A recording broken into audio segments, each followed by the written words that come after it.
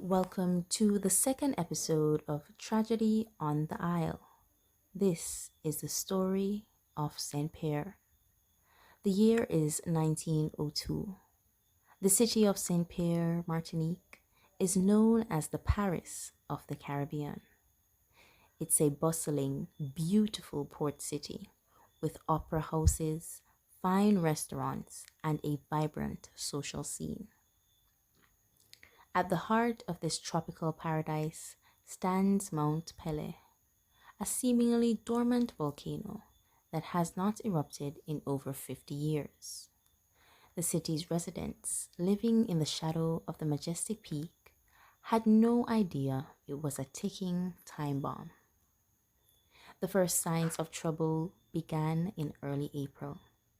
The volcano started spewing plumes of smoke and ash.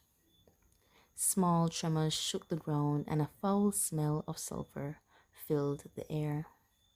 But the city's officials, in the midst of a heated election campaign, assured the public that there was no danger.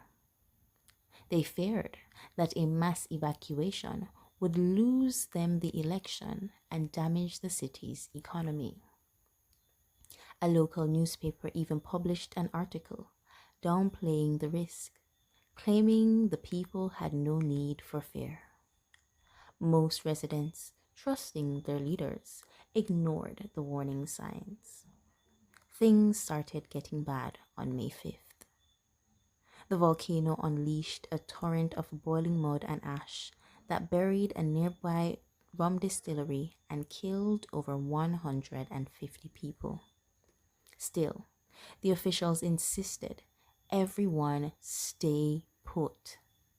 Then they even moved the National Guard into the city to prevent anyone from leaving. But those who did try to leave town found they couldn't. The roads were choked with debris and the volcano's growing shadow was blocking the sun. People were trapped. Then came the day that forever changed Saint Pierre. It was May 8th. The people of Saint Pierre awoke to a quiet, eerily still morning. At exactly 8:02, with no warning, a deafening roar tore across the island. The top of Mount Pelée exploded with a force of unimaginable power.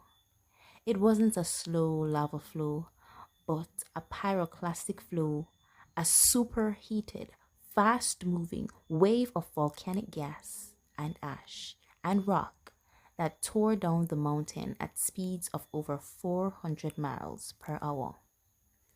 In less than 3 minutes, the incandescent cloud of gas, with temperatures reaching 1,800 degrees Fahrenheit, completely incinerated the city of Saint Pierre. Buildings vaporized, ships in the harbor were set ablaze and capsized, and nearly all of the 30,000 inhabitants were killed instantly. The city was reduced to a smoldering ruin. When rescue parties finally arrived a day later, they expected to find a city of the dead. But amidst the wreckage, they found a lone survivor in the most improbable places, a dungeon cell. His name was Lodger Silveris, a petty criminal who had been jailed the night before for fighting. He had been locked in an underground cell, a small stone box with no windows and only a single grated opening for air. The cell was a punishment, but on that terrible day, it became his salvation. The thick stone walls of his cell were enough to shield him from the initial blast and the worst of the searing heat.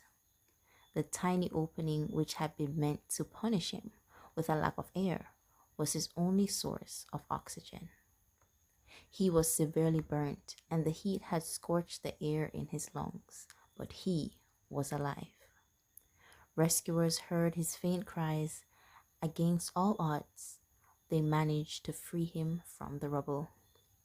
The world marveled at how he had survived when literally no one else had.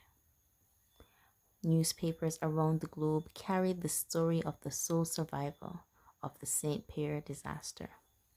And soon after, Roger Silveris would become the most famous man on earth. His incredible story of survival was proof of the volcano's terrifying power. He would later be pardoned for his crimes and went on to travel the world with Barnum and Bailey's circus, telling his story as the man who lived through Doomsday. Thank you all for watching. If you enjoyed this video, please like and subscribe, and be sure to check out my first video if you haven't already. Bye. See you in the next episode.